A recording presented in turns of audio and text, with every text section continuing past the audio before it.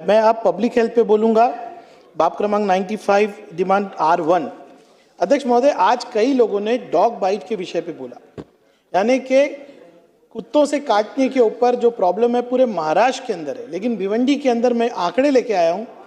नवंबर 2025 से 11 महीने में 10,000 केसेस है अध्यक्ष महोदय। और अध्यक्ष महोदय, सबसे बुरी बात क्या है कि ये 1 लाख करोड़ की सप्लीमेंट्री डिमांड है यहाँ पर, लेकिन महाराष्ट्र में हर आमदार यहाँ कह रहा है कि रैबीज की वैक्सीन नहीं है।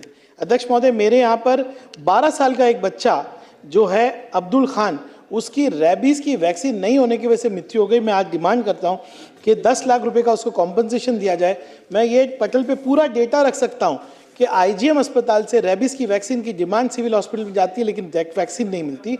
अध्यक्ष महोदय, आज national commission of protection of child right ने आईजीएम को और गवर्नमेंट को नोटिस पे रखा है इसके ऊपर अध्यक्ष महोदय, यानी कि छोटे छोटे बच्चे कुत्ते काटने की वजह से वहां पर उनकी हालत बुरी है।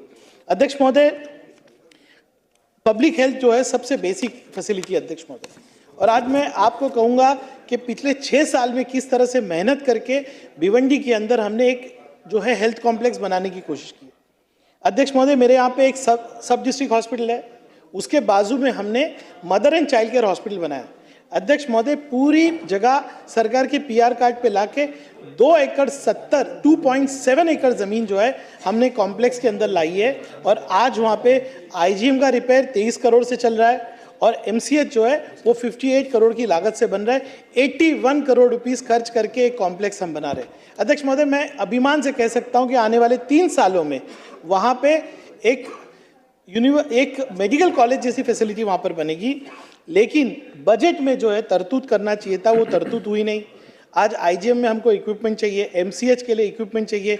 अगर ये तरतूद इस वर्ष में नहीं होती है तो हम जो ख्वाब देख रहे हैं कि हम मेडिकल एक कॉम्प्लेक्स बनाएगा, वो पूरा नहीं हो सकेगा। अध्यक्ष महोदय, अगर स्टाफ की बात करें, आईजीएम में आज 98 का स्टाफ है अध्यक्ष महोदय। हमने एमसीएच में 189 स्टाफ, आईजीएम की न्यू स्टाफ सैंक्शन 258 का किया।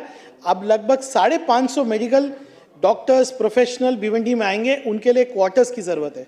अध्यक्ष महोदय, मैं लिख लिख के थक गया हूँ कि भिवंडी के अंदर एक मेडिकल क्वार्टर्स बनाया जाए, लेकिन सरकार ने अभी तक ध्यान नहीं दिया। मैं आपके माध्यम से चाहूँगा कि सरकार आज जो बात मैं यहाँ पर कह रहा हूँ कि 2.5 एकड़ की ज़मीन के अंदर एक कॉम्प्लेक्स जिसमें 81 करोड़ से काम चल रहा है, वहाँ पे जो है सुविधाएं देकर पूरे भिवंडी के अंदर, सिर्फ भिवंडी शहर नहीं ग्रामीण को भी उसकी सुविधा मिलेगी। ये हमारा जो ख्वाब है ये पूरा करेगी, उसके लिए रिक्वायर्ड फंड देगी। अध्यक्ष महोदय, एक विषय ऐसा है कि नेशनल हेल्थ मिशन के एक लास्ट विषय, नेशनल हेल्थ मिशन के 150 कॉन्ट्रैक्ट एम्प्लॉयज़ भिवंडी के अंदर है, उसी तरह से पूरे महाराष्ट्र में होंगे। सिर्फ सैलरी कोड बदलने की वजह से 3 महीने से उनकी पेमेंट नहीं आई है, सैलरी नहीं दी गई है। ये हेल्थ वर्कर्स है, ये नर्सिस है, फार्मिस्ट है, जो हेल्थ सेंटर पे काम करते हैं। अध्यक्ष महोदय, मैं चाहूँगा कि मंत्री महोदय खुलासा करें कि पूरे महाराष्ट्र में इस तरह से national health workers, national health mission के तहत कॉन्ट्रैक्ट एम्प्लॉयज़ जो है उनके पगार क्यों नहीं दी गई। अध्यक्ष महोदय, बहुत थोड़े में मैंने अपनी बात रखा है, आपने बोलने के लिए मुझे मौका दिया, इसके लिए धन्यवाद।